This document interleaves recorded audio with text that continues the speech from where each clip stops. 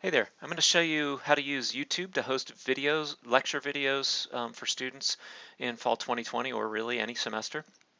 Um, I've decided to use YouTube for this purpose for a number of reasons.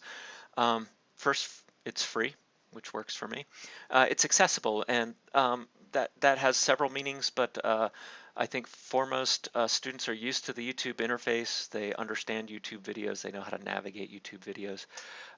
But in a second sense, it's accessible because Google's powerful AI can actually automatically provide closed captioning for your videos. This is helpful for students with special needs or students who are ESL, English as a second language. Sometimes those students will turn on closed captioning, and it makes it easier to understand the words that I'm saying.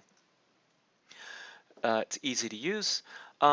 Another nice thing about YouTube is I can label my videos semi-private and protect the videos from just the general public. They're still there on YouTube, and if someone knows the link, they can get to them directly, but they're not going to show up in any kind of Google search. Putting them on YouTube saves space on Canvas. Canvas has a space quota, and videos can be quite large, and if you have a lot of them, you might use up all of your Canvas quota. That said, even though putting videos on YouTube is not the same as putting them on Canvas, they embed easily in Canvas, and I'll show you that quickly also. Maybe some of the downsides: the videos are now off-site, they're out of your control. There might be some FERPA or privacy issues in this particular situation. That said, we should really never be talking about student records or FERPA related items in these videos anyway, so I'm not hugely concerned about that. And then finally, these videos may be monetized in the sense that students may be watching these videos and they may see ads placed around the video for things that you don't really have any control over. Let's go look at one of my videos on YouTube. So if you go to YouTube, just punch in youtube.com, you'll see sort of the standard interface, and up here on the right, you can see if you're logged in. You can view YouTube anonymously, or you can view YouTube logged in under your account. I'm going to go to a playlist that I've already created for the class I'm prepping for in the fall. This playlist is literally just a list of videos that I've prepared for the fall semester, my Calculus 3 class. And you can see I've already been doing a lot of work here, and I'm ready to upload another video, which is why I'm doing this particular video. Let me just jump into one of the videos. Let's look at So in the image this video. today we're going to put the calc. So this is just a standard screencast for me, and in the upper right-hand corner you see a webcam pointed at my face. I recorded this thing, I edited it, and I uploaded it to YouTube. If I turn on closed captioning, you can see Feel this how that back in works. Calc I didn't 3. put those captions in there. YouTube After a just does it long automatically, period and of it's introducing some amazing. of the It's things, some of the relatively accurate, objects and that I we're think going to be quite helpful working to a with, for lot of example, students. In the description, we see another useful feature. I've actually gone through this video and located the times of various important aspects of the video, in particular various exercises that I'm using. And I can literally just type 14:53, exercise 3:250, and a brief description, and in this larger description, and YouTube automatically creates these internal links to the video. So if I want to see, for example, exercise 3:271 on integration and magnitude, I can click on this timestamp, and it will jump me straight to 28 to 20 and start playing. And here's the beginning of that All right, in exercise. problem 71, this is And students can use this to navigate longer videos. I like this because, uh, you know, the advice is that you should keep your videos short. And honestly, I don't really have time for that. I'm talking about whole sections of a text. I don't want to kind of carve them up into little bite-sized chunks. So this is a nice compromise.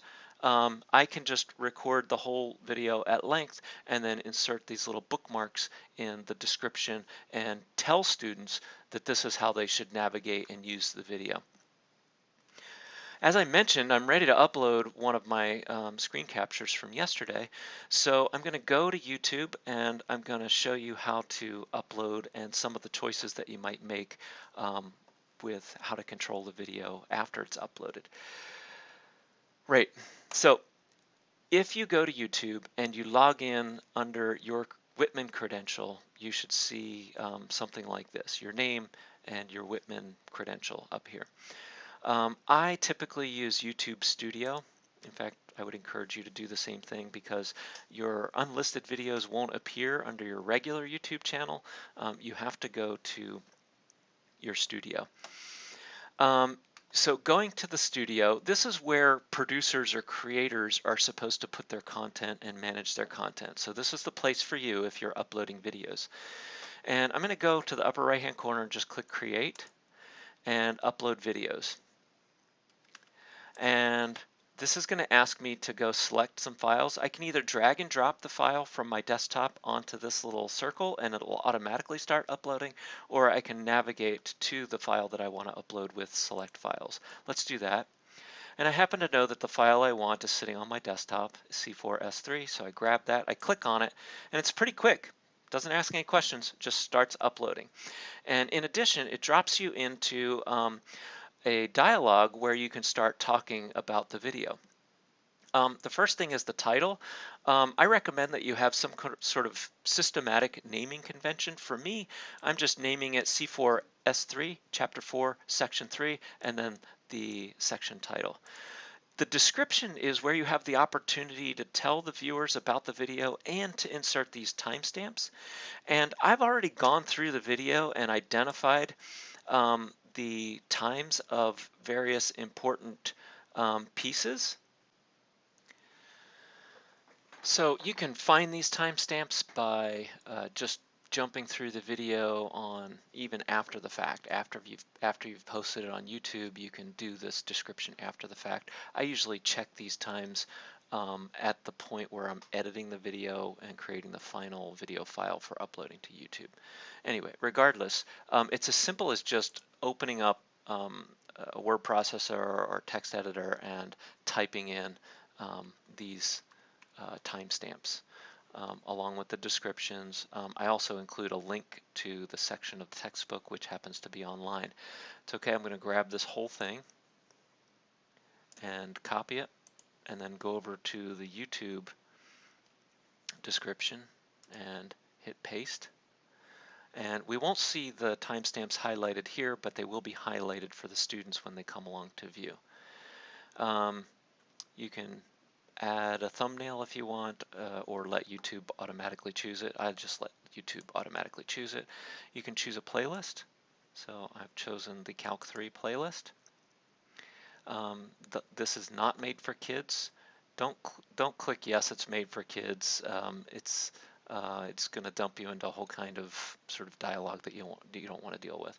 And then click more options because there's some other things I want to talk about in here. You can add some metadata to your video for searching purposes, although I tend to list my videos, I tend to keep my videos unlisted so the tags are kind of useless. But if you ever decide later to unlist them, at least the tags might be here, and now is maybe the time to put the tags in there because the stuff is fresh in your head. So for me, oh boy, excuse me. I can add a couple of tags for this. Gosh, it's not fresh. Let me remind myself what we were talking about here. So this is partial derivatives, yeah.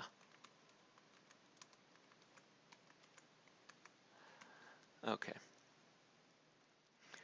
I'm not sure this is necessary either, but you can choose the language and I usually skip this box here, the caption certification. The recording date, again, not super important, but I did it yesterday. The video location, I put Whitman College, and then usually this pop-up occurs and I click Whitman College. And I almost always choose the Creative Commons license. I don't know what the difference is really, but I'm familiar with the Creative Commons license, so I use it. I use the education category. And that's pretty much everything. Keep these as the defaults. Click Next. There's typically nothing on this page to do, at least not at this stage, and then click Next. And here this is important. If you do private, you actually have to tell YouTube who can watch the video, and this is probably more work than you want. And if you do public, then it's going to show up in search results. It's going to be out there for the world to see. So I choose this middle ground, unlisted, and this is just anyone with the link can watch the video, but it's not going to show up on search engines, and people aren't just going to happen to land on it. The rest of this is okay, so I just click Save, and that's pretty much all I do for preparing a video for YouTube. And you'll see the video is completely uploaded, but there's some back-end processing that YouTube does to optimize it for sharing on the web. And that's going to happen no matter what. It's safe to close this window now, and you're done. You've uploaded the video. If we go back to the playlist and we look at this video, as we scroll down to the bottom of the playlist, and we can see the video, C4S3 partial derivatives, and we see a bit of a thumbnail. If you scroll down too soon after uploading, this will appear as just like, it's kind of weird. It appears as like video deleted or something like that. Just ignore it. Just give it the time that it needs to do the processing, and once this thumbnail appears, the video is ready for viewing. Let's click through, and I'll show you really quickly how to embed this in Canvas. All right, So we're on the video. Scroll down and click this share button and copy. So we want a URL that looks somewhat like this, and then I'll jump over to my Canvas site, get myself logged in. I'll head over to my Calc 3 class, which I'm prepping for the fall, and I'll go down to the assignments. And I have a quick little discussion assignment for each video. So here's the one for the previous video. I'll just duplicate it. I'll edit it, change the name to, what was that, C4S3, partial derivatives, more options. And of course, since this is a copy of the previous one, I've got this video in here from previous. I just click out here because that puts my cursor at the end of the YouTube video. I hit backspace to delete the video. Now I have a blinking cursor waiting for the next video. Click on this little icon, Insert/Edit Media. Paste the YouTube link into this field. Hit OK. And now I see Chapter 4, Section 3, Partial Derivatives, C4S3 Partial Derivatives, ready to go. All of the rest of the stuff is boilerplate, so I scroll down and I'll save and publish, or save and not publish, depending on what you want. I'll go ahead and set the due dates and other things at a different time. At the moment, I'm just kind of collecting and building these discussions around each of the lecture videos. Hopefully you found this helpful. Thanks for watching. Bye.